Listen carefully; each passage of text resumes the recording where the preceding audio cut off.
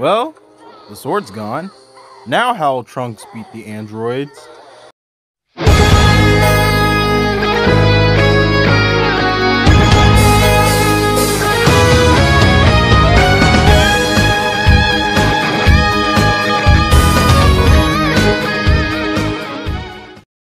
Episode 47. Now's the time we start killing off these generals. Strachosaurus sends a message to Mahoro to send to the Abarangers about a way to beat Desamozzarella. It takes all 5 Abarangers to work together for a miraculous light to defeat the Voline's boss. But Desamozzarella caught Mahoro alerting the Abarangers and decides to trap her and defeat them right in front of her. Desamozzarella also throughout this time has been taking over Regiel's body more and more and transforms into a new form that's a fusion of her and him.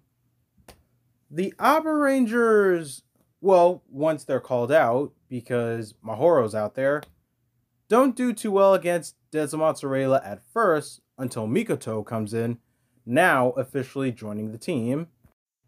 And then, with everyone's dino guts infinitely swelling, the Abarangers perform a finishing move that allow the other Rege to expel Desamozzarella from Regiel's / her original body, and doing so boots out Desamozzarella and reverts Regiel back into Rege and Rege into a baby.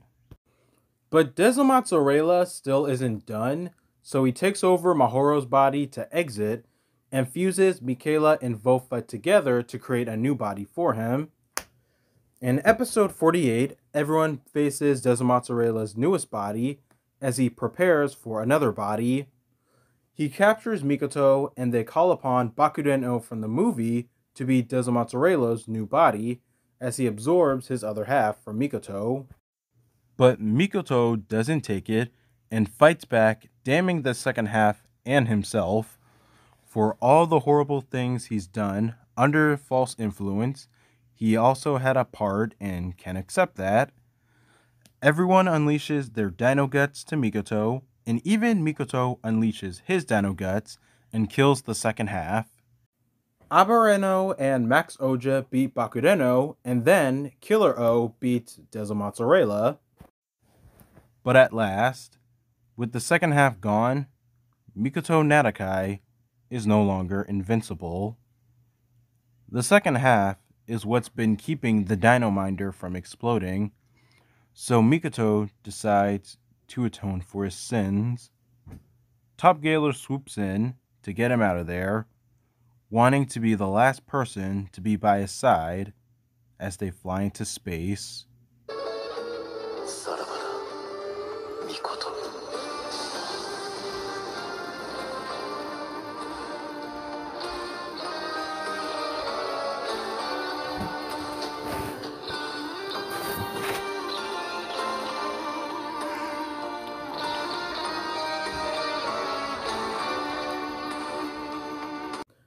Episode 49.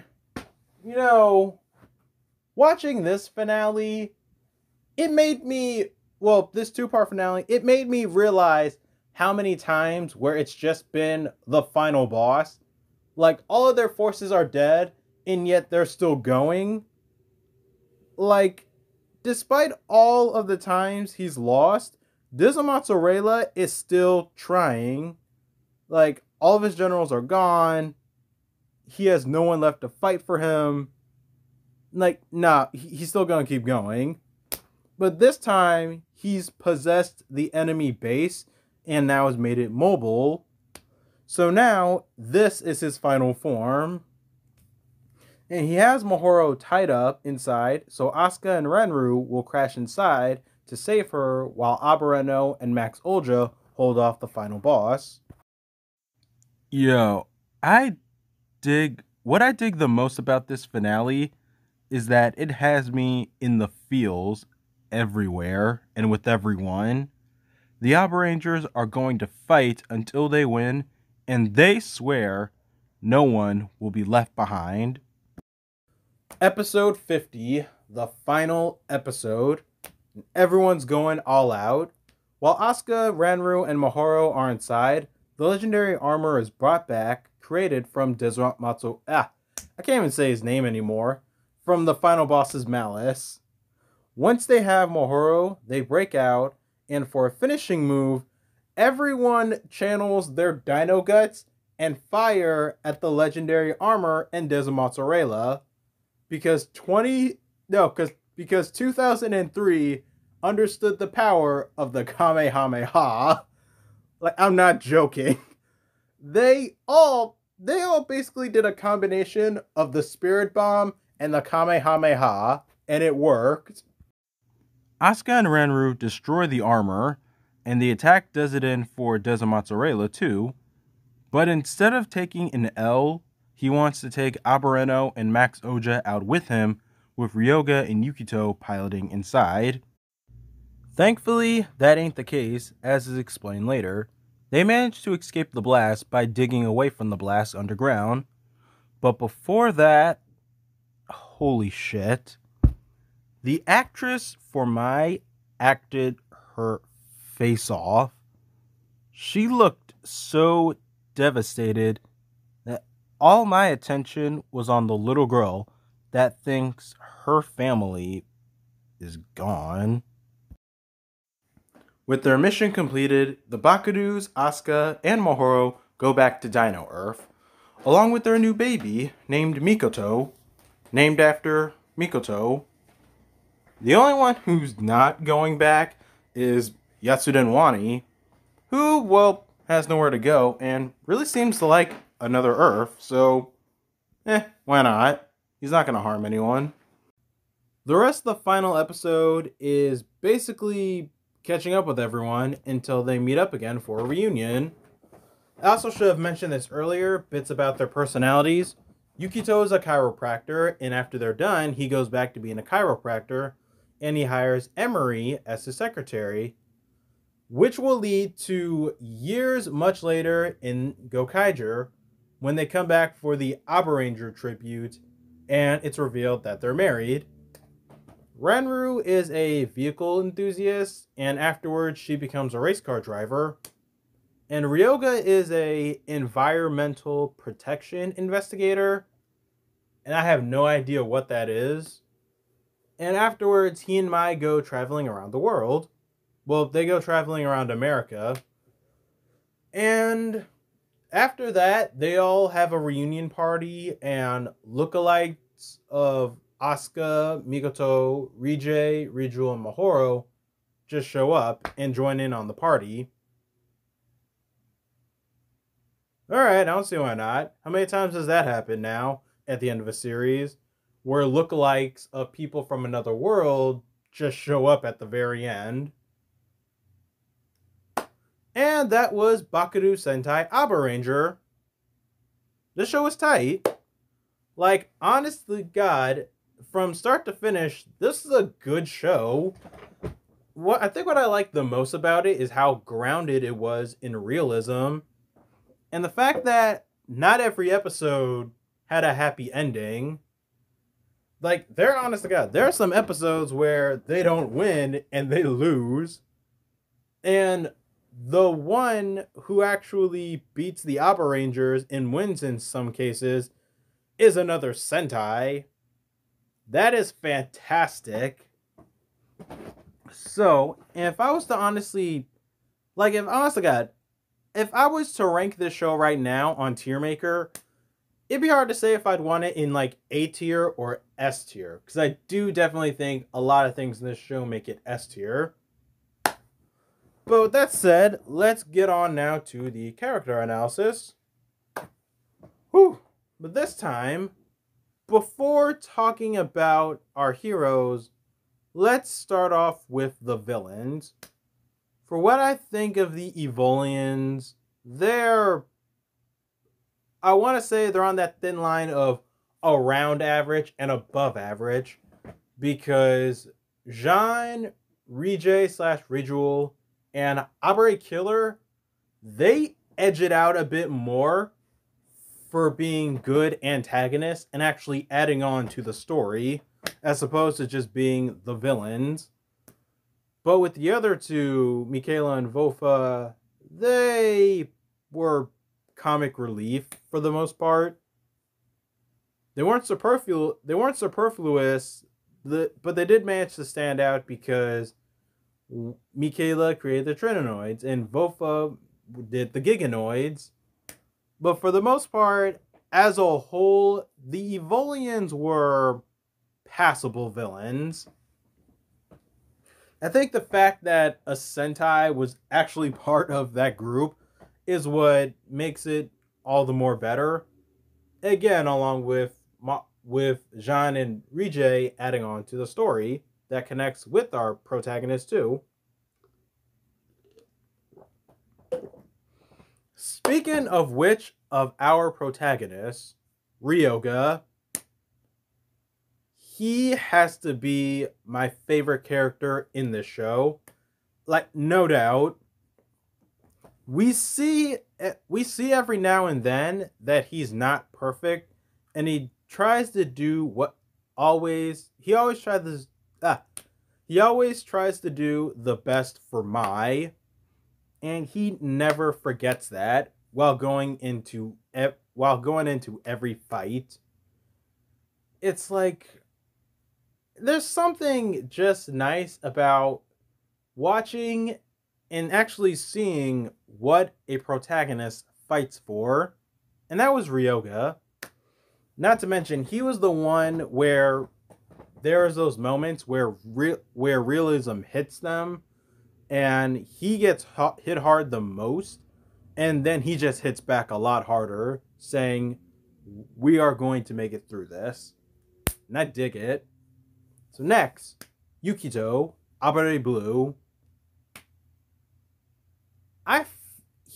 This is the one character in this show you see who changes the most, because he starts off as completely cynical, not wanting to do anything involving this with them.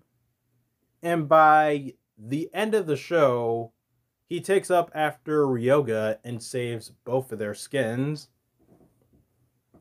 And with all of the neat things he actually does behind the scenes, like for them to, learn information about Abare Killer, or try to do something because of a certain monster they're going up against, he uses his connections to actually help out. He honestly comes off as one of the most dedicated to the job, and I appreciate it. So next, Ranru. She was nice. Like, I feel like everyone else had a bit more to do, and Ranru was that supporting character for all of them. Well, she was that one good supporting character for Asuka because he wanted Mahoro back so much. But yeah, Ranru's not bad. She definitely does do a lot. She comes up with a lot of inventions, as well as that's all about I can think of. I'm rambling on my head right now about how much Ranru just contributes. They all contribute a good amount, actually. But on the technical side, Ranru does honestly the most, coming up with brilliant ideas for them to train, to get stronger, and basically ways to look and see and counter a monster. Ranru, 2 thumbs up. She's a great character. Asuka has to be my second favorite character, because most of this story is about him, about how much he wants back the love of his life and goes through so much. And I felt that definitely too. And I felt those moments of sadness, but then I also felt those moments of goodness. And at the end, he got what he wanted and more, because now he has a daughter. So, Mikoto, Abare Killer. This is how you do an evil ranger. Like, honest to God, this is how you do an evil ranger. And Wow. We haven't gotten anyone as evil like him since then. And it's just wow.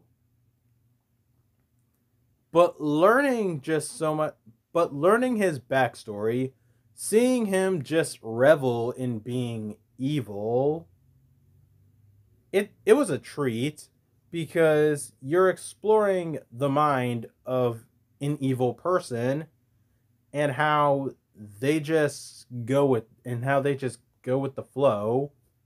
Not to mention, think as deviant as they do too, because when he had that plan where he was going to kill Baki Solanakis and Demon Okodon, he literally just went, my plan went off. But let me do something to make this more fun. And brainwashes them.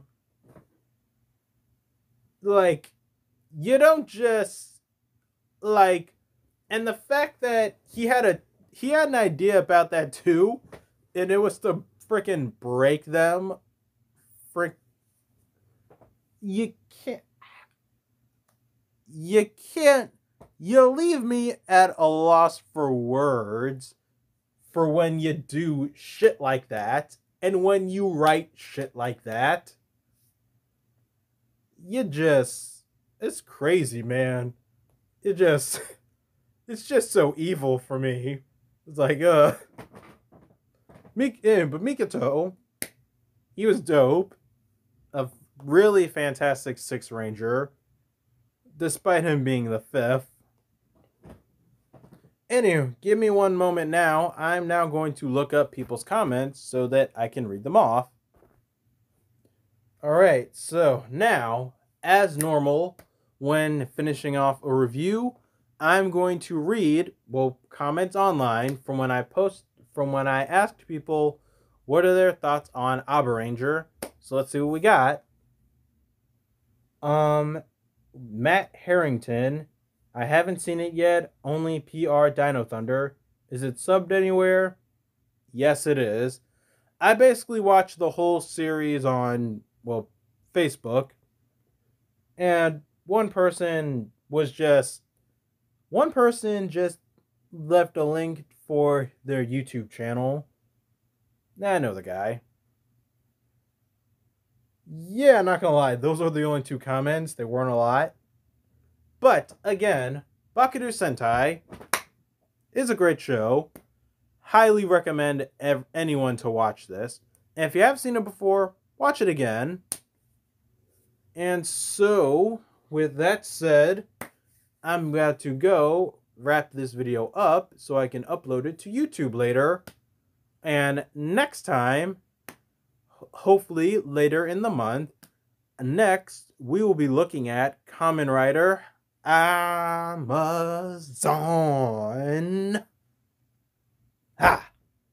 Next, we're looking at KamenRider Amazon. And by now I'm on episode 4. So, all things considered, thank you all for watching. Please do not forget to like, subscribe, share this video, and tell your friends about KamenRider Blackman. And I will see you all next time. Peace.